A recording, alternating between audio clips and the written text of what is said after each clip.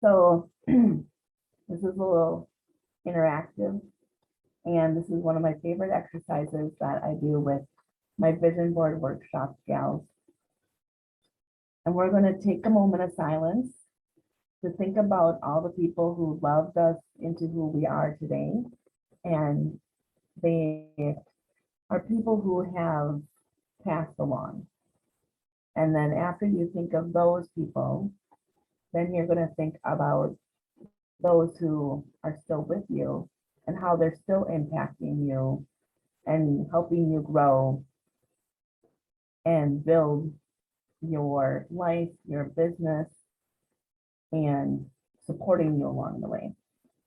We'll just take a couple moments of silence to reflect on that. If you are willing to share later of some of those people and what they did to impact you.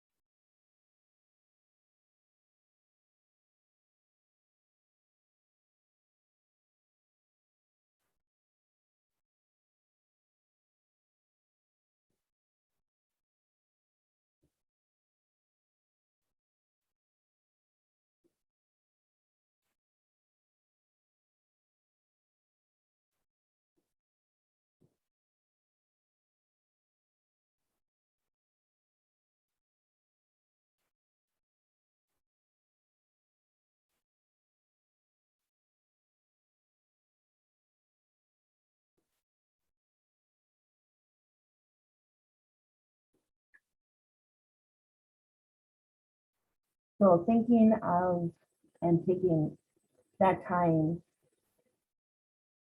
um, I'm so grateful that every time I do that exercise, my mom always comes to mind. And when I was in college, when they dropped me off, um, she left and she gave me a book by Robert Kiyosaki. And it was The Rich Dad, Poor Dad. And that was my first exposure to something different other than the Christian education I had. And it was it was awesome that she was willing to give me that and to allow me to explore that in a different way. So I'm always so grateful for that experience and her willingness to give that to me and not be um, fixated just on the Christian education. So anybody else want to share of someone that came to mind?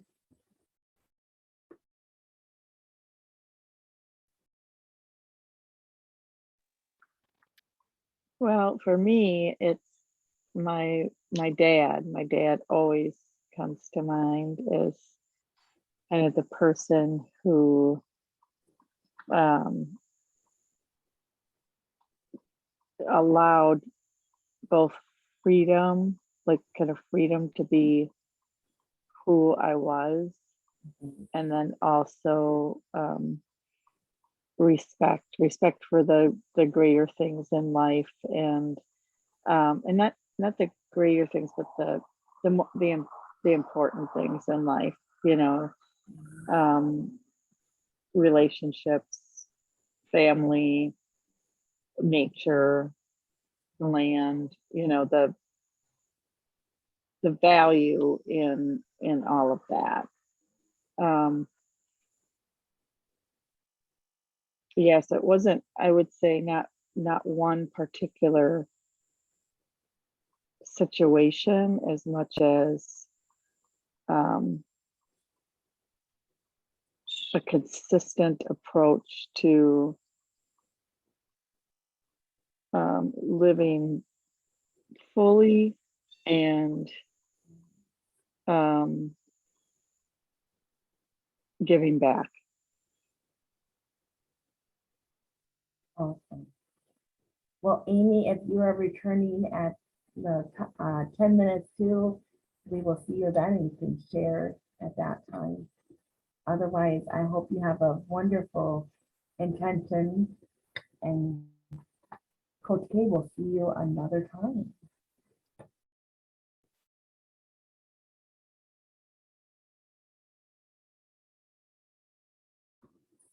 So as we continue to talk about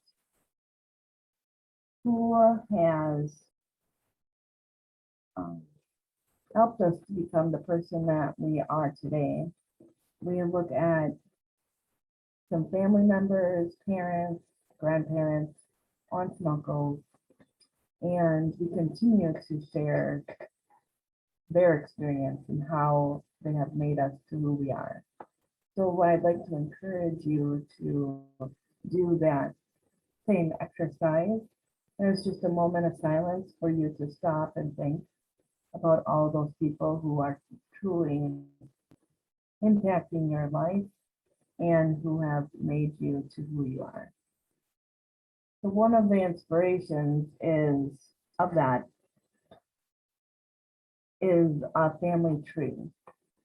And as you grow, you might add butterflies and dragonflies to your drawing to symbolize those who are here with you, who have passed and are just watching over you, or those who are yet to come into your life.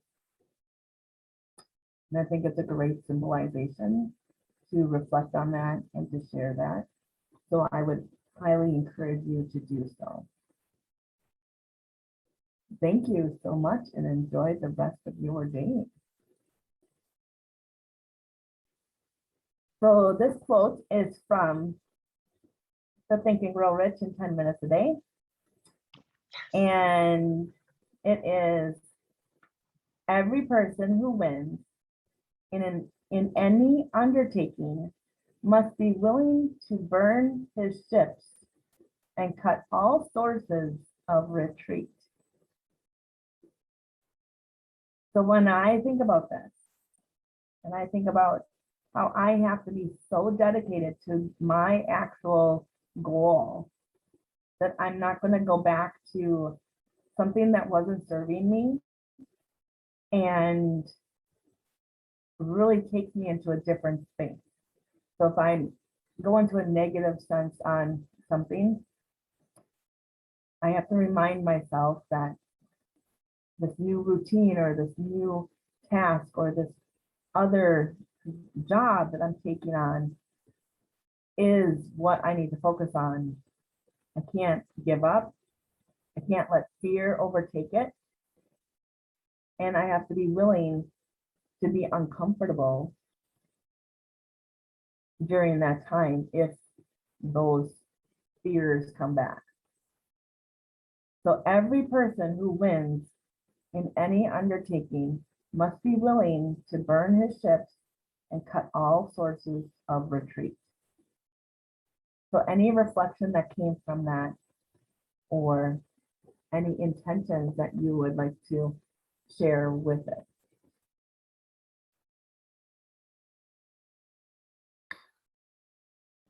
So I watched the movie as well, and like that's definitely what's coming to mind is the visual of literally like they burn the ships and they won't get off the island.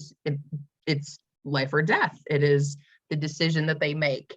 And so the visual came to mind of literally like burning ships to say like there is no turning back. You've made the decision. Now you need to forge your way forward.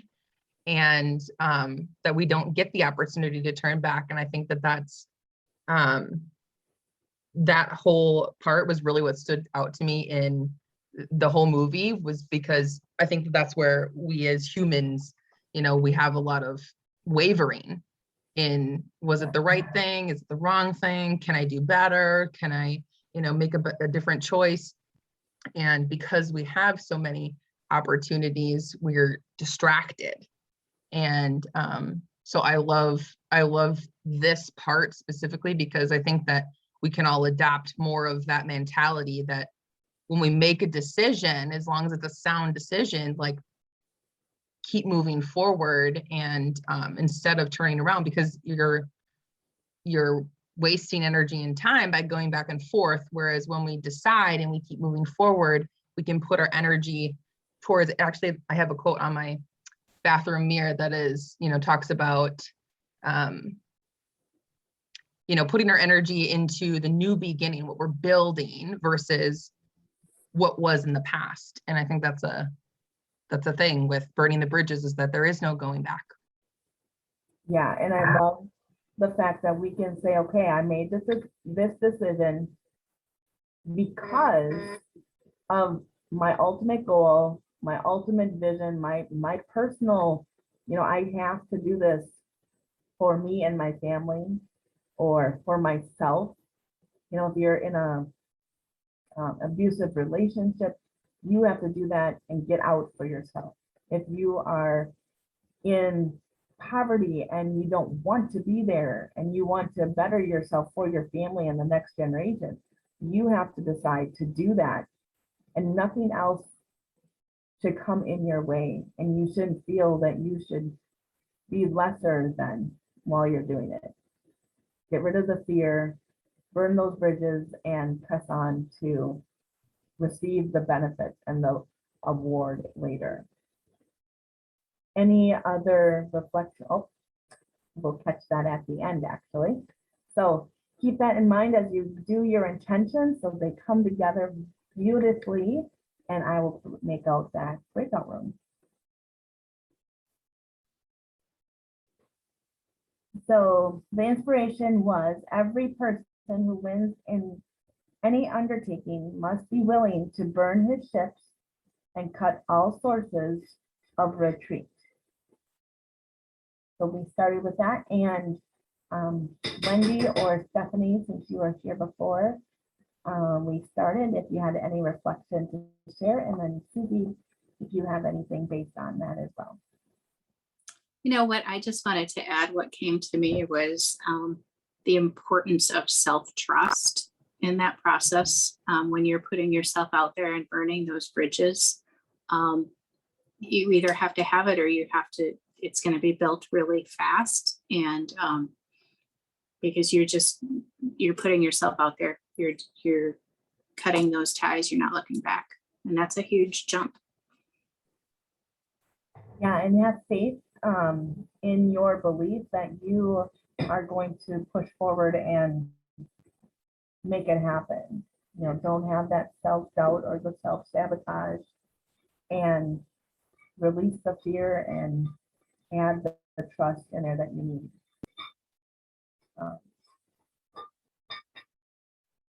Stephanie, Susie, or Becky, anything else to add to that? Could you read it one more time? Yes. Every person who wins in any undertaking must be willing to burn his ships and cut all sources of retreat. That's so huge, because it's not saying that you need to burn everything behind you. It's just it's saying the sources of retreat. So the ways that we could go back, because there are things that build us up in the past, or there are things that are there that continue to build us up. But I love that, because some things you go back to and life is brought from it, and then other things, when you go back, then you're like, oh, I'm gonna get stuck here, and so to burn that up, so you can't, so that you stay away from that, but to keep the things that bring life. I love saying, okay, forgetting the mistakes of the past and pressing on to the greater achievements of the future. That's one of the statements of my Optimist Creed. And it's always a reminder that you aren't going back to that because you have released it. It's not part of what's going on right now. And you have the opportunity to move forward. Stephanie, did you have something else? You know, as a few of you were commenting, it reminded me of the separation agreement that we had to sign when we left the ministry. That when we left, you basically signed this legal document saying that you couldn't return as a pastor in the ministry for X number of years. And you know, we found that interesting because we're like, why would we return to such a toxic environment? But for it, you know, in looking at it, you know, for some people that was their safety blanket in some ways, that they were making that decision knowing that down the line, if things changed, they knew they could come back at some point. But you know, for us, it was severing the line from something we held on to way longer than we needed to. And so it was just, it's kind of interesting to look at the things that we separate ourselves from, you know, going back to that importance of self-trust. You know, what are you ready to physically separate yourself from to move forward into freedom, into prosperity, into abundance, into a much healthier environment? Absolutely. I also think that it's part of when you're transitioning from a full-time job and opening your own business, that illusion of the security at that job and then starting your own business is huge. You have to be willing to have that belief in yourself that you are going to sever those lines and move forward. So with that, we are at the top of the hour.